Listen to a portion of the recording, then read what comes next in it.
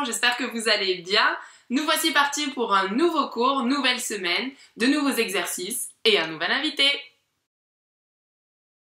Comme chaque semaine, on commence avec la respiration, ce qui va nous permettre aussi de nous concentrer et on sera prêt pour démarrer ce cours. Alors je vous rappelle, quand on inspire, notre ventre se gonfle et quand on expire, quand on recrache l'air, notre ventre se creuse. On est parti, on y va, on inspire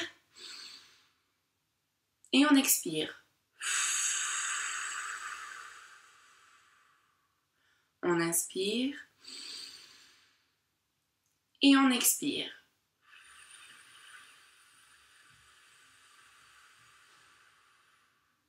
Super. On reprend nos grimaces pour bien réveiller tout le visage.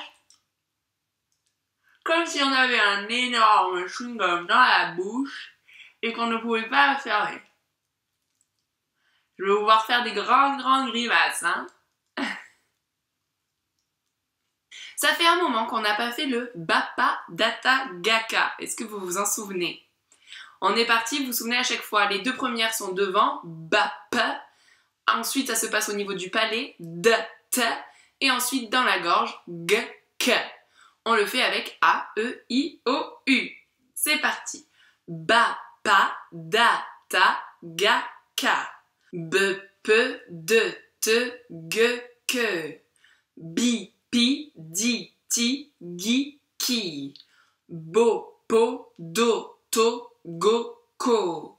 Bu-pu-du-tu-gu-ku. Bien. On essaye de le faire 2 fois d'affilée. On est parti, on prend bien son inspiration et on voit ce qu'on arrive à tenir sur notre inspiration. Et évidemment, on la reprend, hein, on ne reste pas en apnée. On est parti, on inspire. Bapa data gaka bepe de te geke bipi diti giki bopo doto goko bupu du tu guku. Bapa data gaka bepe de te geke bipi diti giki bopo doto goko bupu du tu guku. Bien, je suis sûre que ça commence à rentrer et que vous arrivez à le faire maintenant. Parce qu'il n'est pas évident celui-là, c'est un exercice que font les adultes aussi, hein, il faut le savoir. Pour s'échauffer le corps, comme la semaine dernière, j'ai envie qu'on reprenne les marches différentes. Donc vous marchez, et selon ce que je vous dis, vous le faites. Commencez à avoir l'habitude. Alors d'abord, on marche en faisant des pas de géant.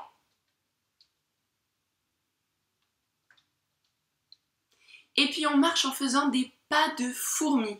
Mais en plus d'être petits, ils sont très discrets.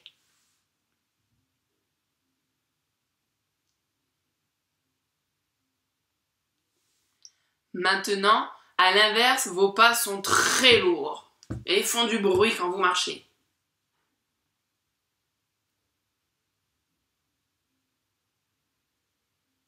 Et si maintenant je vous dis que vous glissez, mais doucement, sans tomber, sans se faire mal, mais vos pieds restent au sol et glissent.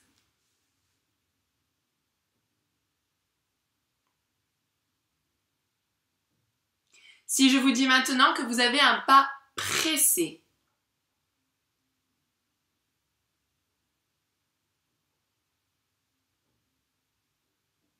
et maintenant vous n'avez pas envie d'y aller.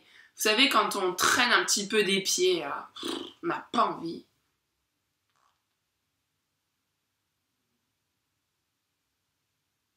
Super. Vous allez continuer à marcher, mais cette fois-ci à mon top, vous allez devoir faire une statue. C'est-à-dire, hop, vous arrêtez net et ne plus bouger. Mais par contre, à chaque fois, il va falloir faire une statue différente. C'est-à-dire que je vais vous donner une émotion et à ce moment-là, il faudra me faire une statue qui, pour vous, représente cette émotion. On est parti? Alors on marche. Et top, je veux voir une statue triste. Attention, on ne bouge plus. On marche.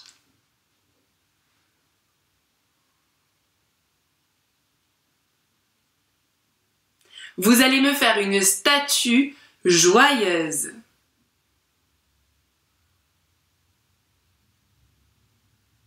Et on marche.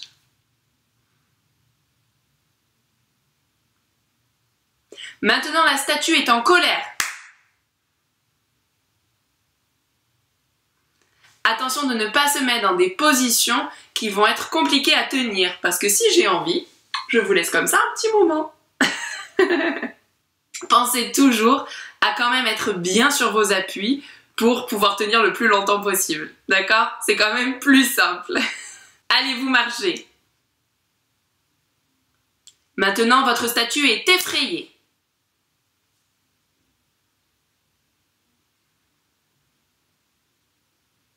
Bien, vous marchez. Votre statue est prétentieuse. Vous savez, un peu Madame je sais tout. Super. On va continuer sur les émotions.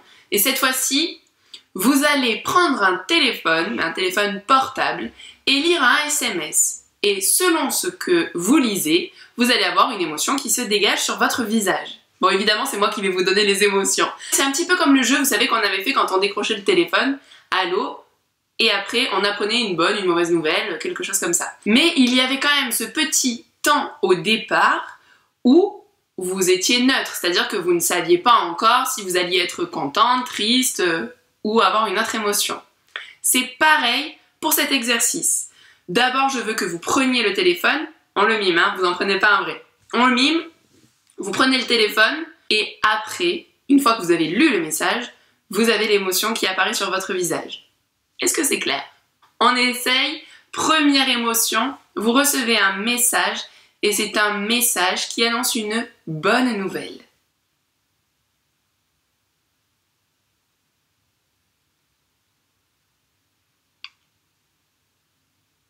Deuxième message, vous recevez un message, cette fois à l'inverse, c'est une mauvaise nouvelle.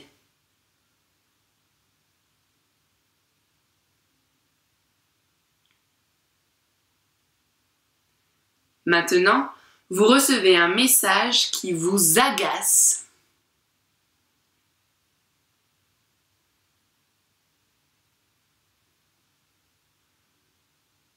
Le message que vous recevez vous surprend.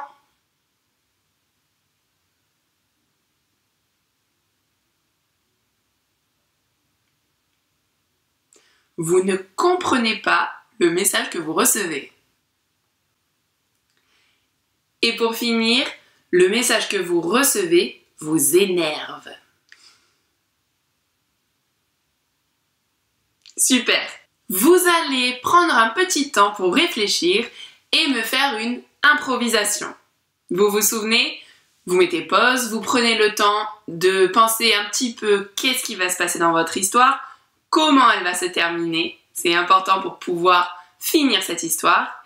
Et après, vous laissez faire votre imagination.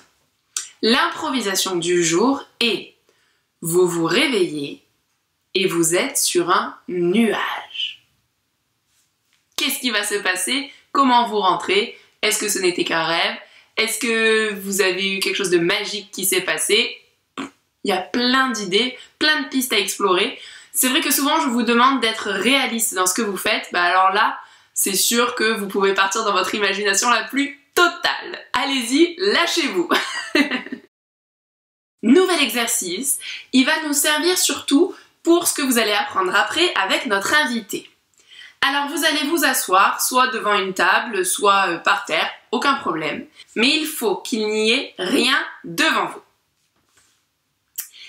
Et on va imaginer que vous prenez des objets.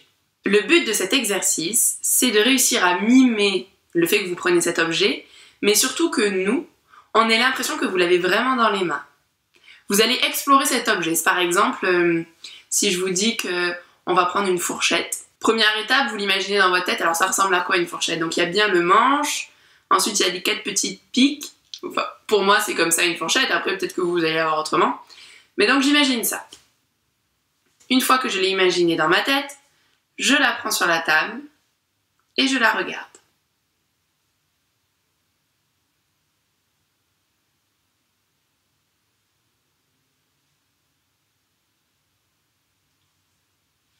Et je la repose. Est-ce que vous avez compris? sur cet exercice, le but c'est vraiment de réussir à nous faire croire que vous l'avez dans les mains. Et voyez par exemple, je sais pas si vous avez compris tout ce que j'ai fait, mais j'ai essayé de prendre ma fourchette, ah oui, elle pique effectivement un petit peu, j'ai essayé de la tordre, mais non c'est trop dur une fourchette, d'accord? Chaque objet que vous allez prendre est une découverte. Je veux vraiment que vous l'inspectiez sous tous ses angles. Je récapitule. Première étape, je vous donne l'objet. Ensuite, vous fermez les yeux, vous l'imaginez, vous le visualisez. Et troisième étape, vous le prenez et après vous explorez cet objet. On est parti? Premier objet, eh bien, on va faire la fourchette. Allez, à vous.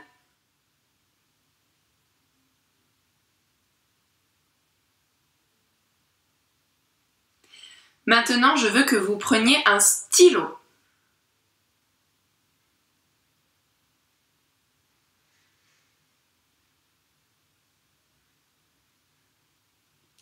Vous allez maintenant prendre une bouteille.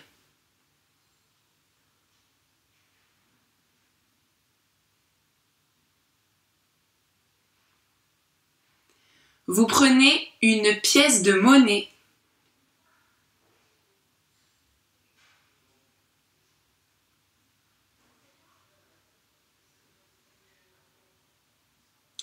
Vous prenez une montre.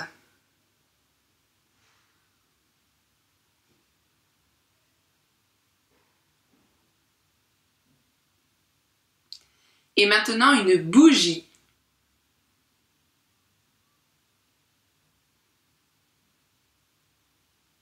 Super. Si vous avez la possibilité de faire un exercice à deux, je voudrais que vous continuiez cet exercice, sauf que vous n'allez pas vous dire quel objet vous prenez sur la table. C'est-à-dire que chacun à votre tour, dans votre tête, vous imaginez un objet, vous le prenez, et la personne qui est en face de vous doit deviner quel objet vous êtes en train de prendre. Là, ça va être intéressant parce que vous allez vous rendre compte si vraiment les gestes que vous faites sont réalistes et si on arrive à deviner quel objet vous avez dans les mains. Évidemment, l'exercice que je vous propose, il est un petit peu compliqué, hein? Sinon, c'est pas rigolo. Mais là, ça fait déjà ça fait 13 semaines qu'on travaille ensemble, il faut compliquer un peu les choses. Petit conseil, dans la vie de tous les jours, prenez le temps d'observer les objets, justement, s'ils sont durs, s'ils vont se tordre, s'ils piquent, la grosseur, tout ce genre de choses, parce qu'après, ça vous aidera, justement, à rendre encore plus crédible quand vous ferez ce genre d'exercice où vous mimez d'avoir un objet dans la main, mais que vous ne l'avez pas. Allez, c'est parti, vous mettez pause et vous essayez de vous faire deviner des objets. On fait quelques traversées? C'est parti! Première traversée, vous êtes affamé. Vous marchez maintenant en étant un éléphant.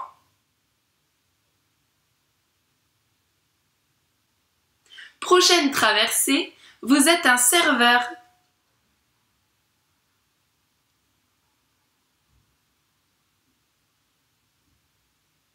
Et maintenant, je veux vous voir faire du tir à l'arc. Si je vous dis que vous êtes à la plage, ça y est, ça commence, il fait beau, on commence à y aller. Mais en dynamique. Si je vous dis que vous êtes dans un parc d'attractions,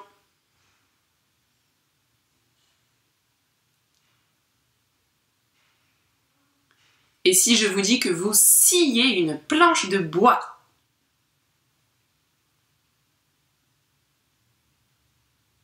dernière petite traversée, vous êtes impatient.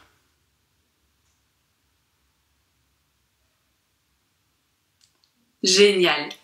On va passer au petit temps calme, au petit temps de relaxation, mais on va le faire un petit peu différemment.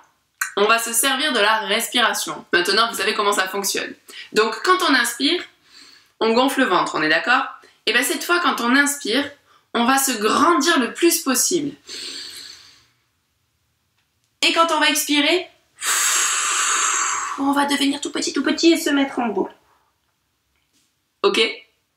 Alors on y va. On inspire. On est très grand, très grand, très grand, très grand. On peut tirer ses bras, que ce soit en haut, sur le côté, comme on veut. Et quand on expire, on devient tout petit. On est reparti une fois.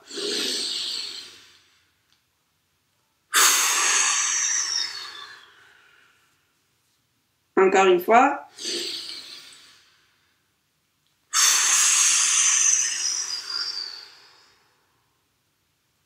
On va faire une petite variante. On va inspirer, donc comme on fait depuis tout à l'heure, en se grandissant. Et quand on expire, quand on devient tout petit, on essaye de le faire d'un coup. On y va, on inspire. Et on inspire.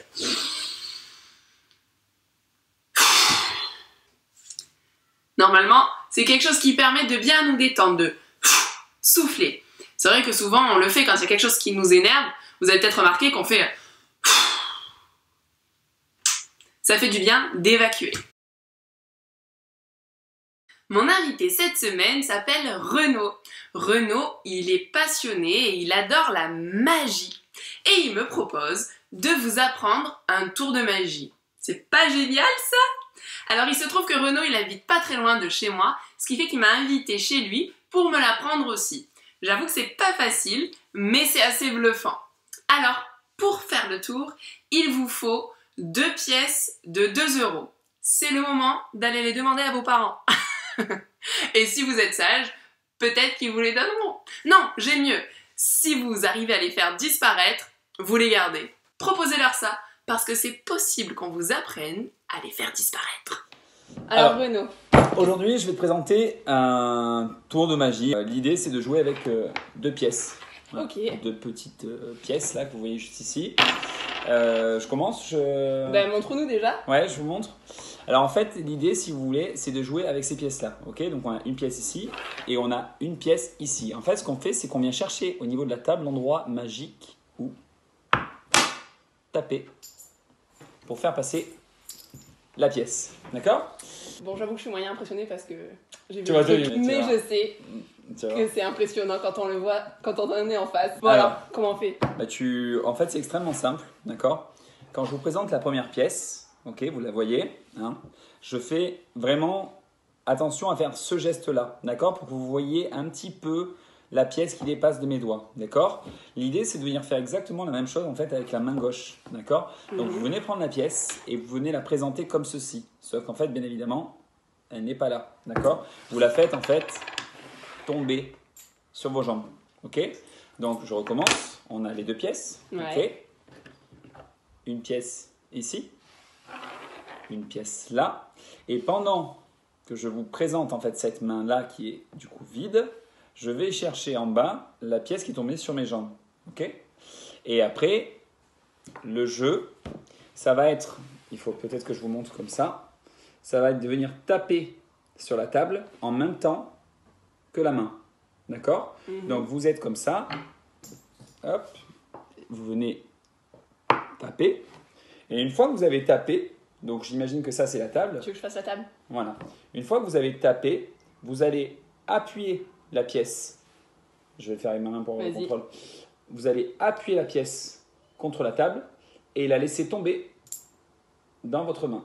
Comme ça, on entend les 2 pièces. Comme ça, on entend le petit bruit de pièce. Parce que le bruit de pièce, c'est assez important hein, pour faire vraiment magique. Donc, je vous remontre une fois. On prend la pièce numéro 1, qu'on prend vraiment celle-ci. Hein. On prend la pièce numéro 2. On vient chercher sur la table l'endroit magique. On tape et on laisse tomber la pièce dans la main. En vrai, ça a l'air super facile, mais je suis sûre que si j'essaye, je vais pas y arriver. Voilà, tu essayes? Donc, j'ai les 2 pièces là. Elle, je la prends vraiment dans ma main. Tu la présentes, super. Je me pousse un peu pour faire tomber sur mes jambes. À la limite, vous pouvez aussi, bon, ça c'est un petit truc, il faut le faire discrètement, sinon les gens vont comprendre. Mais tu peux t'aider d'un petit chiffon pour être tranquille, tu sais que la pièce tombera pas. Tu vois, c'était les astuces de Renaud. Tu le veux ou... Vas-y, allez, vas-y, attends, moi je fais toutes les... Je pense que ça sera plus simple. Ok, donc j'ai pris cette pièce-là. Je prends celle-là, je passe dessous. Voilà. Et en fait, j'ai les 2 qui sont dans la main, qui sont collés déjà. Il faut que j'arrive à pas coller les 2 pièces dans ma main dessous. Ça y est, j'ai réussi. Donc, je tape, je la pose. En fait, tu viens claquer. Elle tombe dans la main. Bon, il faut que j'apprenne à aller un peu plus vite. Alors, c'est surtout que non, en fait, il y a eu un mouvement qui a manqué. Vas-y. C'est venu taper et tu vas laisser tomber. Ouais. Il faut venir taper, faire le petit Ah, bruit. qu'on entend comme En si fait, elle passe à travers la table. Tu viens et tu appuies sur ta main, d'accord? Ok. L'idée étant, bon, évidemment, si monsieur les pièces ne tombent pas, hop, l'idée étant, c'est vraiment de claquer contre la table, histoire que ça fasse vraiment un bruit de... Elle a traversé la table. Voilà, elle traverse la table. Voilà, exactement. Et après, elle tourne dans la main. C'est ça. Eh, c'est à vous d'essayer après, hein? C'est trop bien! Ce qui est un peu délicat en magie au départ, c'est d'arriver à être persuadé qu'on a quelque chose à la main alors qu'on n'a rien, d'accord? Donc c'est vraiment important de s'entraîner à prendre cette pièce et la laisser tomber et vraiment avoir ce truc de s'imaginer vraiment qu'on a une pièce à la main, de pas... Parce qu'on peut avoir tendance des fois même à avoir la main qui va s'ouvrir, parce que vu qu'elle a rien, c'est un peu perturbant, compliqué, tu vois. ouais. Donc il faut juste un peu prendre l'habitude d'imaginer vraiment cette pièce. Et il y a une deuxième chose, c'est que déjà c'est perturbant d'avoir donc cette non-pièce dans la main. Et il y a ce truc de, il faut pas rester pendant 2 heures avec pendant que la main arrive pour faire en fait, pour distraire, pour amener le spectateur à regarder autre chose. Il faut que de l'autre côté, donc je remonte, voilà, je suis avec ma pièce. Là, je vais chercher ici. Il faut, voilà, ma main droite est déjà sous la table. Tu vois ce que je veux dire? C'est de l'entraînement. Voilà, c'est un petit peu d'entraînement, histoire que au moment où je commence à montrer ma main, j'ai déjà l'autre main qui est prête comme ça, exactement. Voilà, j'essaie de vous montrer, hein, ça fait voilà, comme ça en fait ce qui se passe.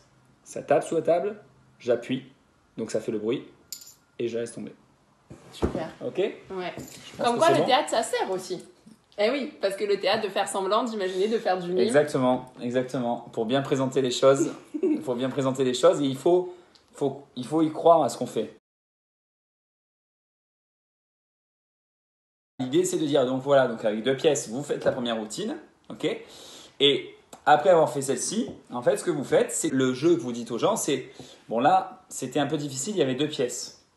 Donc on va le refaire avec 1 pièce, d'accord? Vous prenez la pièce et vous venez l'amener comme ça et la faire disparaître. Alors, c'est bluffant. Alors la caméra... Surtout qu'en plus je l'ai pas vu tomber. Voilà, tu vois. Et en gros, c'est terriblement simple. Donc vous jouez comme ça, avec cette pièce-là. Jusque-là, c'est pas très compliqué, d'accord? Ouais. Et au moment où vous allez faire cette simulation de faire disparaître quelque chose, en fait, vous ramenez votre main. La main doit rester collée à la table tout le temps, d'accord? Et vous allez en fait laisser tomber la pièce sur votre chiffon et ramener la main comme ceci. Et là, la pièce a disparu. Voilà. Tu le fais aussi? Vas-y, j'essaye. Je joue avec. Et alors après, je le fais une fois ralenti. Je dois passer la main. Voilà. Mais ça c'est un peu vu. Et en fait, tu fais comment pour Tu fais juste ça, ouais, voilà, comme ça. Et en fait, il faut que ce soit un seul mouvement bien naturel, histoire que on n'est pas un lancer, voilà. En fait, ça, c'est juste pour faire diversion. Comme ça, les gens, ils te regardent, hop, tu vas faire un truc incroyable, et t'es là, et tu l'as plus. Alors, bon, je l'ai un peu jeté. Vois, on a un mouvement de lancer, tu vois. On a un mouvement de lancer, c'est vraiment pour ça. Magicienne. Pour s'entraîner, le mieux qu'il y a à faire, c'est vraiment juste, voilà, vous avez en fait un mouvement souple. Voilà, hop, ça. Vous voyez, donc j'ai la pièce, regardez bien, hop, j'y vais doucement, et là, elle a disparu. Voilà, c'est juste ça. Je vais passer toute la soirée à m'entraîner. Donc le mieux qu'il y a à faire, regarde, peut-être avoir déjà une petite inclinaison. Ok. Regarde, tu vois, t'as la main qui est un peu inclinée, voilà, exactement comme ça. Tu ramènes, tu laisses tomber doucement, et tu remontes, et tu fais disparaître.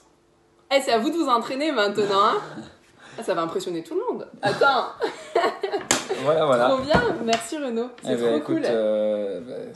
Ça m'a fait plaisir. Hein. Bon, maintenant, vous vous entraînez, vous filmez, vous le faites aussi à vos parents pour les et impressionner. Vous m'envoyez les vidéos après. Hein. Mais oui, on veut voir le résultat. Hein.